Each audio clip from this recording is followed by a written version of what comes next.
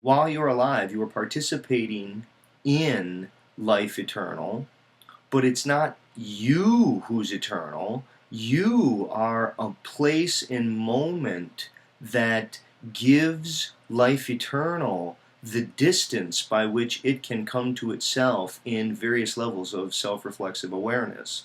Now, one way that this has been addressed is in terms of a mask and wearer analogy. So there seems to be like a universal wearer of many masks. Now, the wearer isn't a being, it's not a guy, it's not a thing somehow wearing masks, but this is sort of the problem of the Earth as Earth, is that it has to take masks and play games of hide and seek on itself, because as always, everywhere, as without limits, as, the absolute inclusion of everything, well, it can't have itself, can't found itself. The best it can do is found its own nothingness, which is gaining the distance to haunt itself as another. Well, how does it do that? We're anthropomorphizing. There is no, I don't think there's an actual being there, but somehow the universe created the capacity to infect itself with the room-making nothingness. Right? This is what Sartre would call it, a room-making nothingness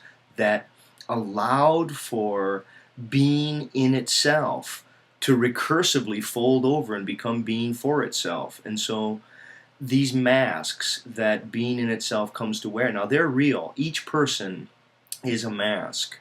A body is a mask that life itself wears. Life is this universal wearer.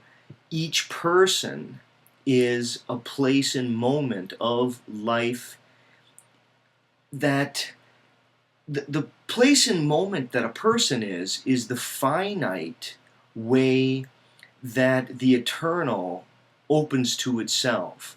Now, the eternal can't open to itself as eternal. Again, it's too full of itself.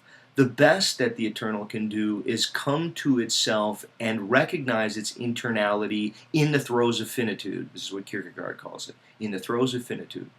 So the human being who, in being finite, opens in a kind of infinite compassion and recognizing that one is in fact partly the infinite. Now, I'm not the infinite, but I'm partly the infinite. The infinite includes everything.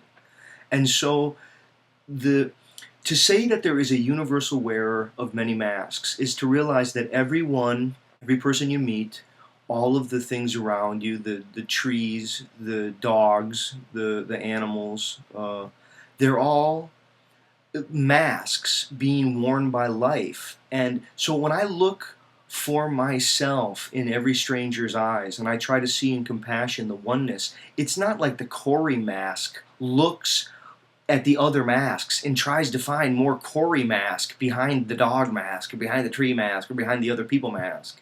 It's the life first. The person has to disidentify with the ego. The person has to say, I'm not the self that the culture and the space and time have taught me to be. I am the cosmos itself in an unfolding, becoming aware of itself, to realize that the mask is real, that there is a spatio-temporal unfolding, an indefinitely ongoing event here called Corey. For me, it's this event. I'm about 40 years old. It's been going on for a long time, and that's real, but it's real as a mask.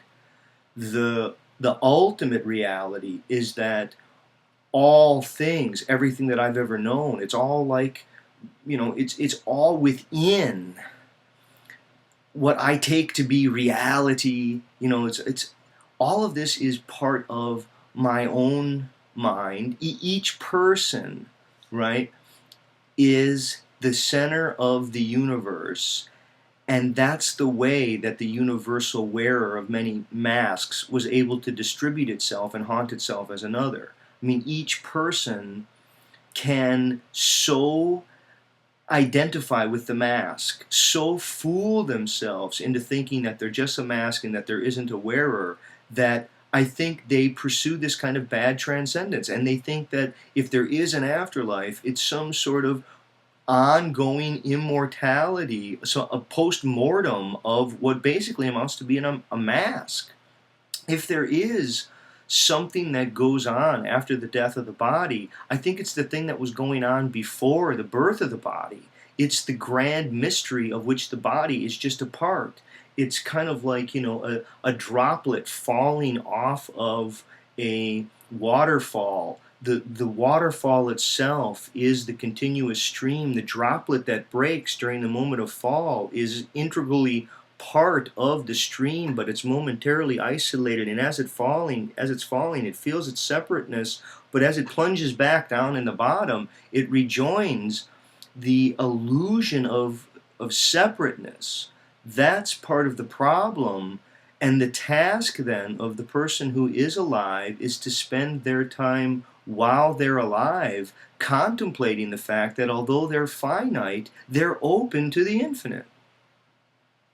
The afterlife, it's not some happily ever after. You want happily ever after? Learn how to meditate upon the grand mystery of your being and then joyfully participate in the sorrows of humanity.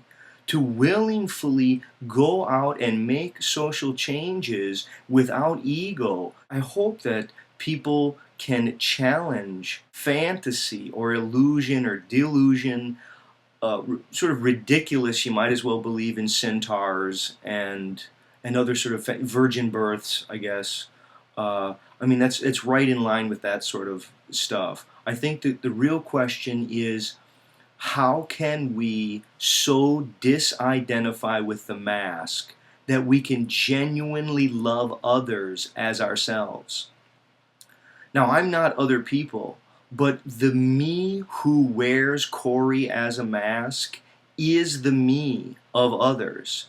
There is an identification beyond the eyes. The eyes themselves can fool into seeing separation where there in fact is a much larger, more cosmic dance of unity behind all the differences. Okay, I hope some of that adds to that discussion.